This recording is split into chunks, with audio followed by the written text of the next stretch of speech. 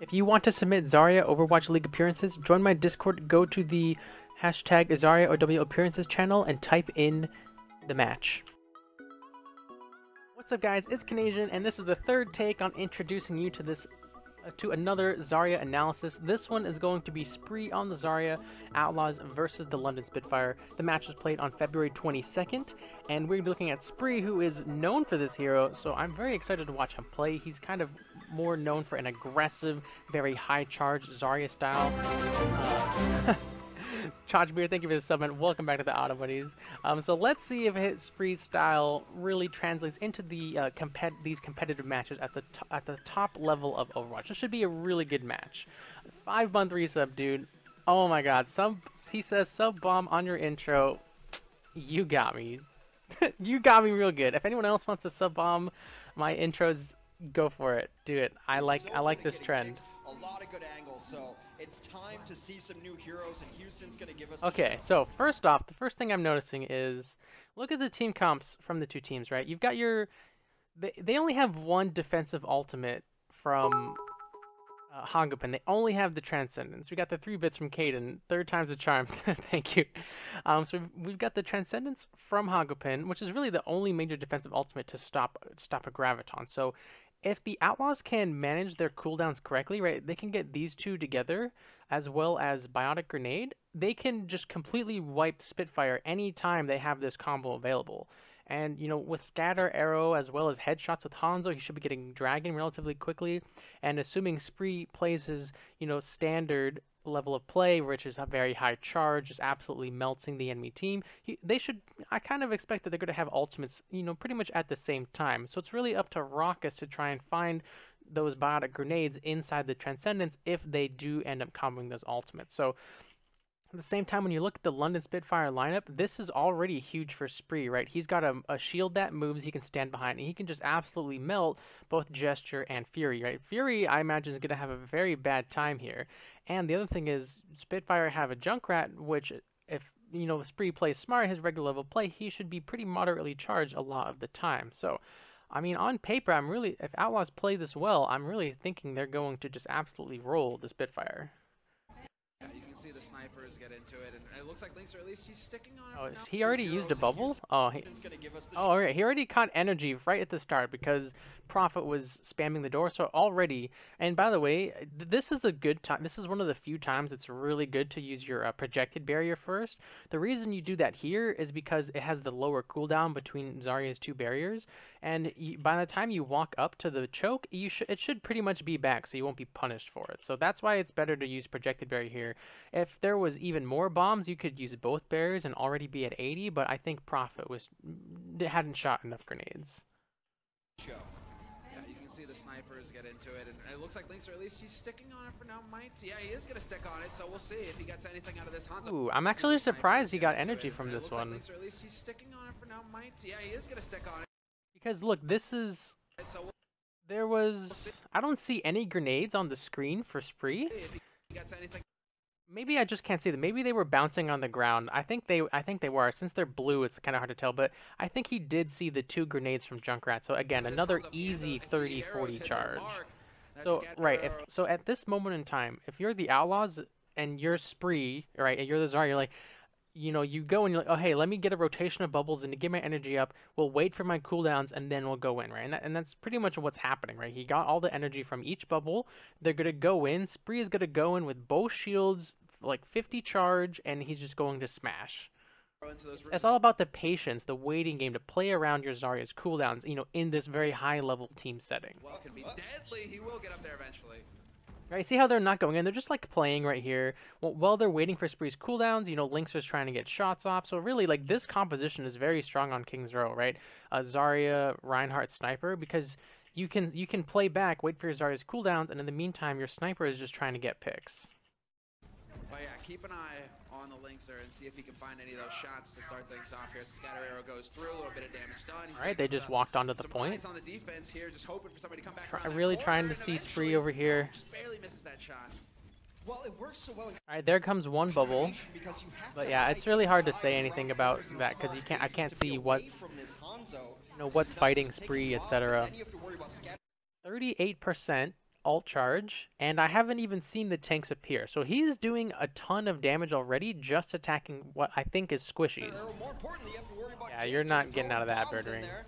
Houston simply Where are the tanks? What did the Spitfire tanks, did they never engage? That seems really odd. walks onto the point, gets a couple kills, and that's it. They just take first point just like that. Easy peasy. Super clean. And when you've got London is playing anti-dive, but only halfway. Like, they have the anti-dive DPS, but they need Hog Orisa to really round out the anti-dive. So, the composition from Spitfire here is just like two comps smashed together that really don't make a comp in and of itself.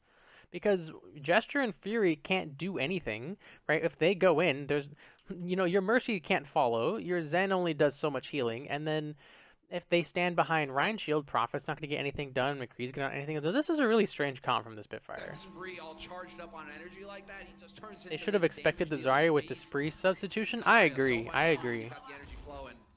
Alright, this is also really, like... Alright, so just, look at Spree's position right here, right?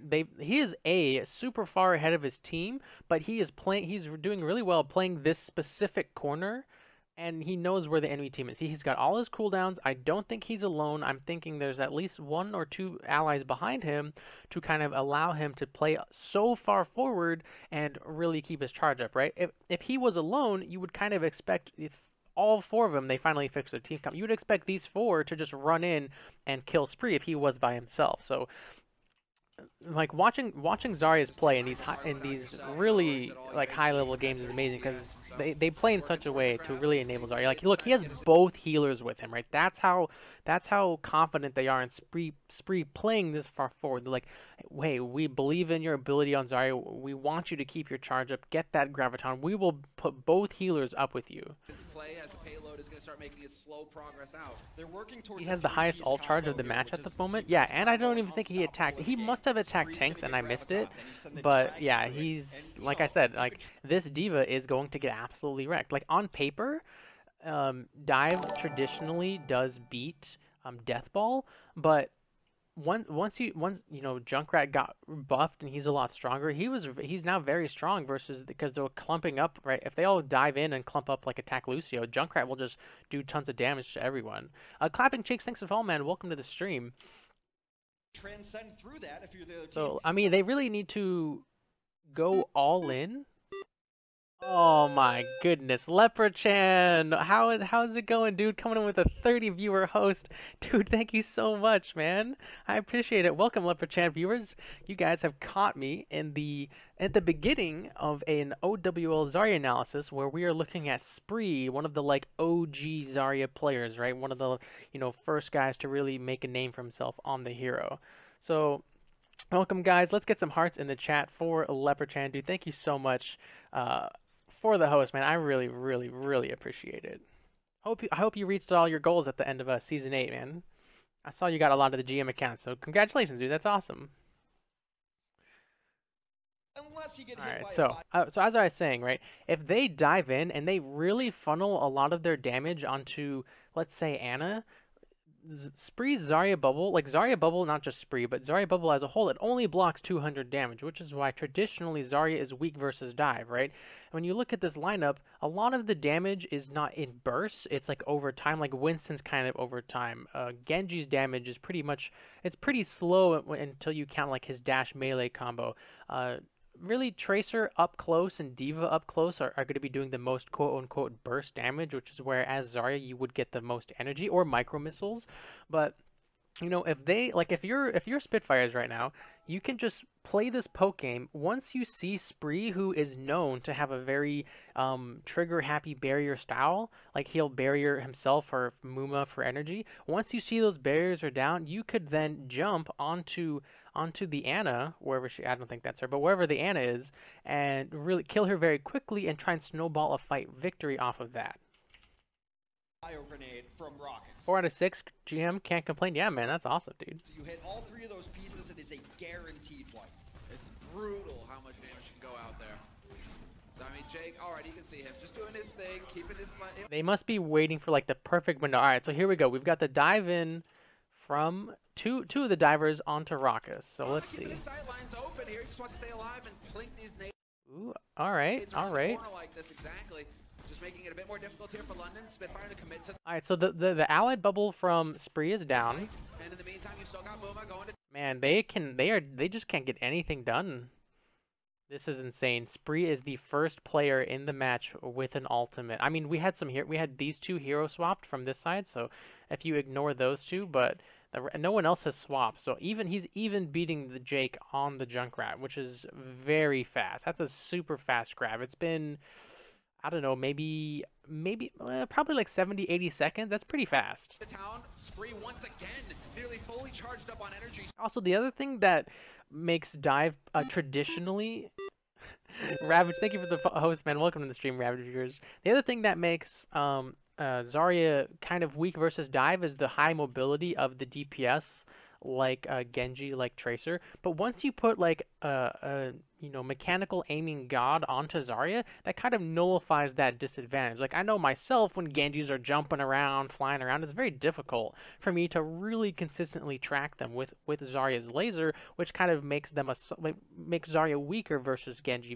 versus those Tracers. But when you put someone like Spree or Harblue or etc. onto the character, it really nullifies that advantage and makes them a lot better versus dive comp. So again, watching these top tier matches is very, very interesting and exciting, and we haven't even got that far into it, and I'm just rambling on and on and on. So let's get into it. Let's see a fight. Come on, guys. Let's see a fight. Okay, so we've got Grav. They're pretty close to Transcendence. I'm really hoping Spree waits for... So there's two things you could do here. You could either Graviton before Dragon's ready, which could work because they don't have any support ultimates, so you just need to dump in damage from your team. So that's probably the best case scenario here. But if they do decide to wait for Linkzr's Dragon, that means Hagopin will probably have Transcendence, and Anna will need to find a way to get her Biotic Grenade into the Transcendence through the Deflect and through the Defense Matrix. Out by him now. And he just Okay. goes straight. All right, yeah, he's just grabbing the front line, and they're gonna kill the front line, D.Va, Winston, and just like roll through the squishies. Which that in my Graviton guide I've talked about. That's definitely one of the ways to win a fight. You either kill a couple squishies and just destroy the other bigger heroes, or you just kill the squishies and then you kill the big heroes and just roll through the squishies. Blue Strike 15 with 100 bits and hashtag green wall. He's rooting for the Outlaws, dude. Thank you so much for the 100 bits, man. I really appreciate it. So, alright, off of that grab, both tanks are dead, right? So it was 5 for the Outlaws, and then 5, 4, 3, so it's 5 versus 3, so they really don't need to invest any more ultimates here from the Outlaws. This should be an easy push up to the point. Few kills going their way, and it looks like they will. The other thing about Zarya grabbing not all 6 but just a few people is you can then build ult charge off of the enemy teammates that the enemies that did not die to the Graviton. So these 3 remaining Spitfires are going to feed some ultimate back to Spree, assuming he does get some damage onto them. Will win it thanks to the grab. Pops the grab and doesn't even need to combo it. That means they're going to have a lot of pieces to Also, when you after he Graviton, the bubbles are a lot more reckless, I guess is the best word, just because the fight is won, right? You don't need to be as careful with the bubbles when you know the enemy Genji doesn't have his Dragon Blade, etc. You can just kind of bubble, keep your energy going, and kind of roll into the next point. They've had no good answer to this. Yeah, Zarya's just I mean, we keep bringing it up because it is important, but Fury needs to do a much better job of staying the hell away from a supercharged Zarya. There's no reason he should be anywhere inside the beam range. Like, D.Va is doing absolutely poor damage from like over 10 meters. So like this is doing absolutely nothing. And I think we're going to see, right? Spree doesn't even bubble versus D.Va's damage because it's really pitiful. So that's a very, very good discipline. You'll see a lot of Zaryas when Spree's kind of attacking them at range. We've seen some OWL Zaryas even, baby Bay, have bubbled versus D.Va's fusion cannons at like 20 meters, which is an absolute waste of bubble. So really good discipline to not bubble there versus versus the D.Va. Don't worry, Orion. I'm guilty of it too. It's just a thing in your head. You're like, oh, they're shooting at me, bubble. But it's just like I'm trying to get better about not bubbling versus Winston's damage until he like gets me like 200. Kind of the same thing with Diva. If she's far away, it's just kind of like a bubble discipline thing at that point. Like, okay, she's far away. She's really not going to damage me. If she micro missiles, then yeah, bubble. But if not, then you don't need to bubble. Yeah, Zarya's just I mean, we keep bringing it up. Yeah, Fury. Yeah, he's trying. He's really trying to stay away from him. So you can just start melting people when you get up to. Also, the other thing that makes that man, I don't know what Spitfire are doing here. Like, the more you watch this, it just doesn't make any sense. So Muma's shield is not being pressured at all because there is absolutely no shield break on the side of Spitfire, which is fine, right? Spitfire's win condition isn't to break Muma's shield. It's to dive the backline of Outlaws who do not have a very mobile comp, and they need to dive the backline, kill a healer or two before they can, like, you know, reposition and then kind of win a fight off of that. But they're not diving in. Like, they're engaging straight up the front, which is not what their comp should be doing. That 100 energy mark, you can see up to 80. Yeah, I mean, right here, right? Like, we haven't really said much about Spree's bubbles because the camera hasn't been on him, but we talked about the one bubble where it's good he didn't, and this one, it's pretty basic, pretty normal. They started pressuring him. He had the bubble. He backs up behind his Reinhardt shield. Really just basic Zarya play, but still, it's good to see those basics reinforced at the highest level. This is where you see the greedy bubbles from Spree, excuse me. I'm gonna mess up his name a few times, right? They got a pick, which is good, right? So this is now a 6 versus 5. So in theory, either London Spitfire are going to invest some ultimates into this, or they're just going to fall back. I'm kind of expecting them to invest ultimates. So this bubble, is very greedy. If we rewind 1 second, right? Let's see what Spree's energy was. He's at 82 energy, right? So the max he can get from a bubble is 20. Or sorry, if you want to get really specific, he'll get about 18 energy max from a bubble. You're getting 18 out of 40 energy, that is less than 50%. So 50%, so less than. Yeah, he's getting less than 50% efficiency from that bubble, which is why I personally, as a Zarya player, I am a big proponent of once you are that high charge, you can really just sit back and cruise with your projected barrier to really be very picky about when you want to use it. So I wonder how much energy he gets from this. Maybe he gets all the way up to 100, but he got 4 energy from that bubble, right? And really, that, like, if you're a Spitfire, that's okay, go in, right? We can Dragon Blade and maybe get a kill off of that because there is no protection. Like projected barrier is a huge counter to Dragon Blade because it takes up 2 swings to destroy the bubble. We're not going to be too pleased about that one, and there we go, Linkser.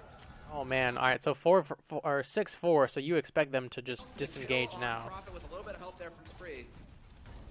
And it's been a methodical stomping through of King's Row. Yeah, this has been. I don't know what is happening to the Spitfires. They have not been playing to their win condition at all. Like, for example, look at this Hanzo, right? If you're the Spitfire, there is only 2 people that can get to high ground. Sorry, 3 if you really want to count Lucio. There's only 3 people that can get onto high ground for the Outlaws versus there are, also 3 people for the Spitfire, actually 4 if you count Lucio, that can get on the high ground. So they need to dive this Hanzo and kill him like instantly and then take the 5 versus 6 onto the backline. But I don't think Linkser has been pressured at all. Because they've got ults, it's time to... Oh my god, they are getting so staggered. What happened? How did they get staggered? Even though they're going against several anti-dive heroes, but I think they're gonna... Oh, that's just actual BS. Oh, okay, I thought the stagger was going to kill him around the corner. It didn't. That was just a good shot. What is Closer doing? Where did Closer die? That's the question here. Oh, he died all the way over here. Spree is just so high charged. These grenades are doing like 90 damage. Watch Closer's HP here. He has 125 health right here. The scatter arrow plus a grenade from Spree just killed him in the spawn. Man, that is... Ooh, that sucks. That's really good for the Outlaws, but... Oh, and then Prophet goes in a... It was just these 2 when he went in, so it was like, what, a 4 versus 6 when he went in? But they didn't have a choice. The cart's so close. They were forced into this. He's gonna get hunted down! Barely missing that shot. There's scatter point blank. Not gonna find the kill. Prophet, however, will back to Spree. Come on. Not going to be able to find anything with that dragon. Dude, look at this. Look at, dude, Fury is just getting absolutely melted here. Oh my gosh, he has, I mean, man, just good target selection from Spree for sure. Just all over the diva. I remember when I was watching this live, I was kind of questioning this Graviton because he only caught Baby Diva in it. Like they do Grav Dragon into this, so this isn't the cleanest combo. I mean, even I think that they should have saved this. He could have just killed Baby Diva with 2 grenades, right? One out of her mech and one when she lands. But they invest, you know, like I think they are still going to get it pretty smoothly. But it would have been a huge feels bad if Spitfire managed to hold this off after they had wasted 2 ults to really kill 1 pilot diva. Was a win more alt combo? Yeah, pretty much. I think they are going to get away with it. Yeah. I mean, like, even though they get away with it, guys, that is still not good ultimate usage, right? Like, okay, yeah, they weren't punished, it's whatever, but it's not whatever. Like, that is bad. That is bad alt usage coming out of the Outlaws. Still, don't let just because they won the round so smoothly, don't let that fool you, right? That was still very poor ultimate usage. All right, so the next time we see Spree on Zarya is the next Outlaws attack. Here we go. Did London Spitfire learn? I mean, they finished the map. All they can do. Little bit. Oh wait. You eventually just wait. I think this is backwards. Don't. Oh wait. Have more bodies. You can play that. Outlaws didn't finish it in overtime. This is backwards, I think. Yeah. See how the blue line is there? Yeah. This is the Spitfire score, and this is the Outlaw score. So this needs to be flipped. So really, the Outlaws have 4.5 minutes to get 1 tick from first point. So Spree got his Graviton in about 60-70 seconds already on their first attack. So again, if the same thing, right? Like, this is what you can expect the same thing to happen. Spree is going to get some free energy. Actually, he's gonna have a harder time getting energy because the lineup of Spitfire changed, right? The free spam damage from the Junkrat isn't there. It's really Fury. It's on Fury now to be very, very careful with his micro missiles, because that is the best thing to charge Spree right now, as well as Hagapin's volley. Those 2 things are the most burst damage you'll see from a distance. You'll see from the Spitfire. So if Spree manages to catch any of that, he'll be like a 30-40 charge, and even a 30-40 charge Zarya going into a fight with both barriers, that can instantly turn into a 100 charge. You know, if the Zarya player plays it right. But you'll probably see the same thing. They're going to go in, set up in this area with Hanzo on the high ground, and it's really up to Spitfires to punish that Hanzo right away. We draw. They're playing with house money. I feel like Diva's a huge mistake here. I mean, they're playing dive, right? It's not necessarily Diva specifically that is a mistake, but you could, like, the argument could definitely be made that their dive had lost in convincing fashion to the death ball of the Outlaws, so they need to go either. They just need to switch comps altogether. Triple tank sniper coming out from the Outlaws. Right, look how Spree has 0 charge, right? The Spitfire are trying to do a much better job of keeping his energy levels way down. Right, and not a single bubble from Spree yet, because, again, like I was saying, no, this is a team that tickles, and Zarya is not good versus ticklers. She's good versus burst. No traps. Birdring is dancing on the edge, but he has been spotted. They're waiting for a pick right now from Roadhog or from Hanzo. Shields are now down, which means the full-on retreat from the London defense. Man, they cannot manage to break this death ball. Interesting enough that Jake is on the other side of the duo here, and he's not going to be the Junkrat. Rather, oh, there. Wait, who did he go on? Let's see. Interesting enough that Jake is on the other side. I'm really curious who Gesture jumped on. Oh, he did jump on Raucus, right? He's on the right target. But it looks like it's just him. Where is Fury? Fury needs to be here. That's the thing that's missing, I think. Where is Fury? Yeah, Fury was not there to defense matrix that scatter. A huge pick with Gesture down. Yeah, that's it, right? You, like I said, you wait for your sniper to get a pick, and you're gonna win this map. This one back without a giant play from one of their DPS players. Yeah, they need to really deliver here. Profit if ever there was a time for you to come alive.